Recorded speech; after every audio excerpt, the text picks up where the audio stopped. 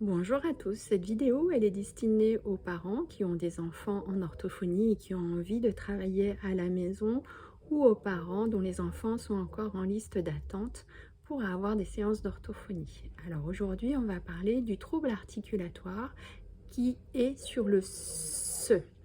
Alors attention, aujourd'hui on ne parle que de l'enfant qui a à peu près 3 ans, qui parle plutôt bien mais qui ne possède pas le son SE, parce que vous avez d'autres troubles articulatoires où l'enfant possède le SE mais le dit mal. Vous dites souvent que c'est un zozotement, nous on appelle ça un stigmatisme, donc vous avez des choses comme le F ou le CH. On n'en est pas à cette rééducation-là. Là, vraiment, on ne parle que des enfants qui ne possèdent pas le son S. Vous allez lui présenter un dessin de type celui-là et vous allez lui dire « Mais qu'est-ce que c'est ?» Il va vous dire « C'est un soleil ».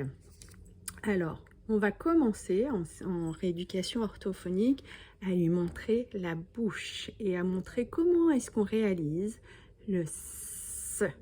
Alors, on va lui dire, on va faire un petit sourire, on va fermer les dents. Alors, attention, ne serrez pas les mâchoires, il s'agit juste de poser les dents les unes sur les autres et on va souffler tout doucement devant avec la langue qui sera prisonnière des dents. On va lui montrer avec les doigts. Et bien sûr, ce qui est rigolo, c'est de pouvoir associer pour que l'enfant mémorise bien un petit geste en plus du son.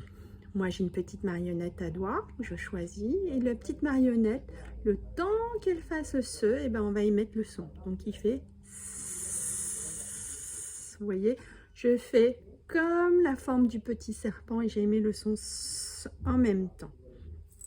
Voilà, en général, une fois que l'on a travaillé, l'enfant repart avec un petit dessin de sa séance où on lui remémore qu'il doit sourire, étirer les lèvres, fermer les dents.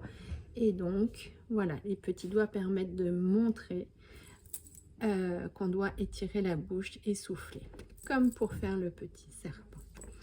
Une fois que l'enfant a acquis ce son, donc je vous invite à vraiment travailler sur des petites séances de courte durée. Ça peut être sur un temps de trajet en voiture, un temps où on va chercher le pain. On va juste faire des petits sons. Il faut que ça soit ludique, que ça ne dure pas longtemps. Par contre, répéter les situations. Une fois que l'enfant sait, on va associer le se à différentes voyelles.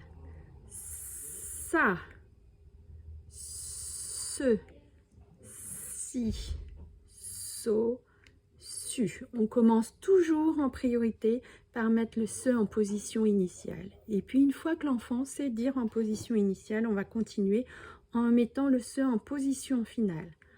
As, is, os, etc., etc. Et puis on mettra ensuite en position finale.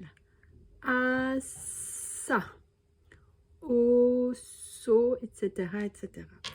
Une fois que le son est possédé avec les voyelles, eh bien, dans une séance suivante, on va simplement présenter des images et on refait la même chose, c'est-à-dire qu'on va choisir des mots dont le se va être d'abord en position initiale, puis en position finale, puis en position intermédiaire.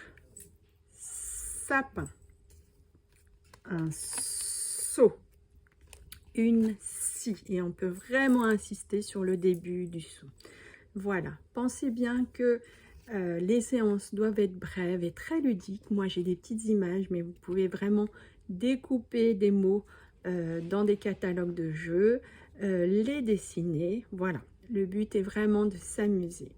Donc passez une très bonne journée, pensez à vous amuser avec vos enfants et à très bientôt. Au revoir.